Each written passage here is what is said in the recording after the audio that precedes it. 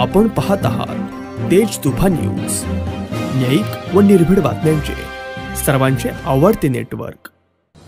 सुरेखाताई निघोट यांना दिग्गज व्यक्तींच्या निवडणुकीसाठी शुभेच्छा। प्राध्यापक सुरेखाताई अनिल निघोट शिवसैनिक परंतु अंगठी चिन्हावर लढत आहे। आजचा झंझावाती प्रचार दौरा अवसरी खुर्दची भोरवाडी, तांबडेमळा, कराळेमळा, बोल्हाई वस्ती, वायळमळा, गावडेवाडी, अवसरी बुद्रुक येथे मतदारांना भेटी देऊन अंगठी चिन्हावर मतदान करावे असे आवाहन केले आहे।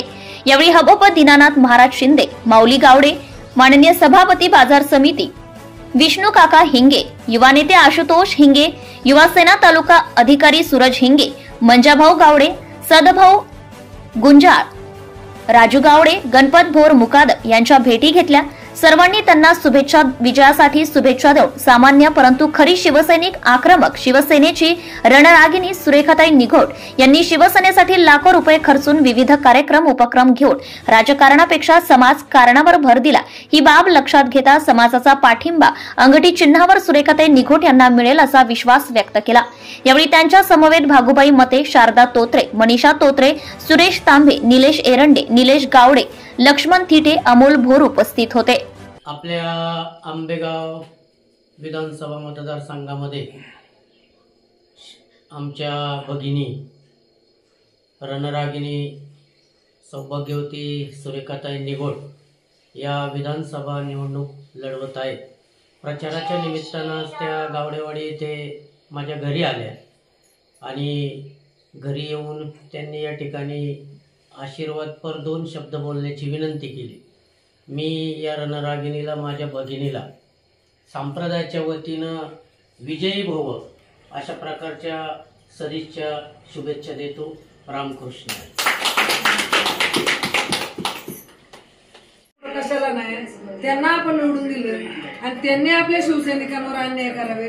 निवडून आल्यावर सध्या आपले फोन सुद्धा उचलू नये, आपल्या कार्यकर्त्यांची कामं बी करू नये। 2 जागा तरी न्यायला पाहिजे। आंबेगावची पहिल्या 3 जागांचं ठरवत होतं, जुन्नर, खेड आणि भोसरी। जर जुन्नर नाही दिलं तर आंबेगाव। पण ज्यावेळी जुन्नर आणि खेड फिक्स झालं आणि त्याच्यानंतर सगळं काढून घेतलं, भोसरी फिक्स केली। भोसरी फिक्स केल्यावर बाबाजी काळे आणि मी 2 दिवस मातोश्रीवर मुक्कामी होते, बाबाजी काळे 5 दिवस मुक्कामी होते। त्यांची भेट झाली नाही, माझी भेट झाली नाही। बाबाजी काळेंनी इथं येऊन पत्रकार परिषद लावली, मी इथं पत्रकार परिषद लावायला आपलेच काही पदाधिकारी दुसऱ्याच्या गोठात जाऊन बसले आणि मग बाबाजी काळेंना उमेदवारी दिली, परंतु ती भोसरीची आणि पिंपरी चिंचवडची कॅन्सल करून दिली। मग असं केलं नाही की भोसरीची ठेवली तुम्हाला पण दिली। फक्त एक जर उमेदवार तुम्ही शिवसेनेला देत आहे आणि त्याच्या विरोधात पण देशमुखने बंड पुकारलं होतं, परंतु देशमुखला त्यांनी शांत करण्यात त्यांना यश आलं। आणि आंबेगाव तालुक्यामध्ये मलाही भरपूर फोन आले, काही तुम्ही शांत बसा आणि आघाडी धर्म पाळा। पण मी ज्यावेळी कोल्ह्यांच्या माध्यमातून आपण त्यांचा विजयी सभा ज्यावेळेला घेतली, त्या दिवशी जो आमचा अपमान झाला, त्या दिवसापासूनच सांगितलं होतं आम्हाला हा उमेदवार नको, चौकात झालेला।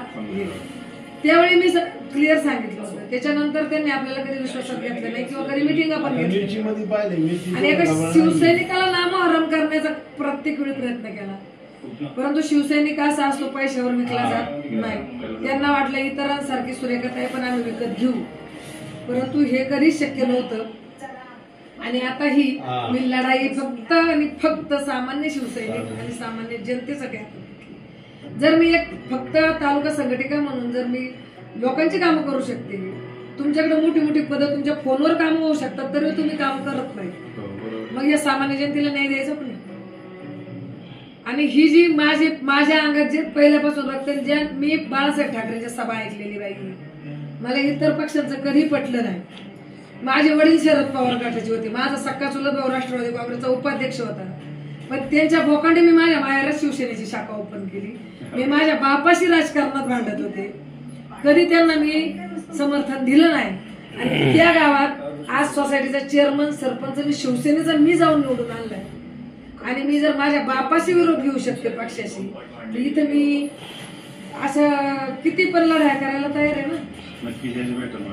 धन्यवाद। एका शिवसैनिकाला न्याय मिळाला पाहिजे। आम्ही जन्मापासून आम्हाला एकच पक्ष माहिती, उद्धव बाळासाहेब ठाकरे, बाळासाहेब ठाकरे। आता पण आमच्या गावात सगळे घर बाबाचे ते आता ज्याच्या त्याच्या पद्धतीने चालवले. मी- पण आमचं एकच घर असं आहे आत्ताही पण, तर त्यांची पायरी चढायची सुद्धा हिंमत नाही. मी आज भगवा घेऊनच लढते. माझ्या सुद्धा पायरीवर कोणाची यायची ताकद नाही. तुमचा बंगला आहे ना, माझं घर साधं आहे, पण माझं घर शिवसेनेची मुंबईची शाखा आहे का? तसं मी किल्ल्या काय बांधले. कधी आल्यावर लोक म्हणतात हे मंदिर आहे का, कधी विचारतात इथं काय नक्की हे का, पण ते माझं अस्तित्व आहे. त्या अस्तित्वाची माझी लढाई आहे. आज माझी निष्ठा बाळासाहेब ठाकरेंशी आहे आणि बाळासाहेब ठाकरेंनी सुद्धा शेवटच्या भाषणात सांगितले उद्धव साहेबांना जपान, आदित्यला जपान. पण आता काय साहेबांच्या इकडे असू शकतं, पण मी एक शिवसैनिक म्हणून लढू शकते. मी एक शिवसैनिक राहणार. माझा विजय हो पराजय हो, मी शिवसैनिकासाठी कार्यरत राहणार. समाजसेवेचं व्रत सोडणार नाही. शुभेच्छा आहे, कट्टर शिवसैनिकांची शुभेच्छा आहे. Subscribe now and press the bell icon. Never miss an update.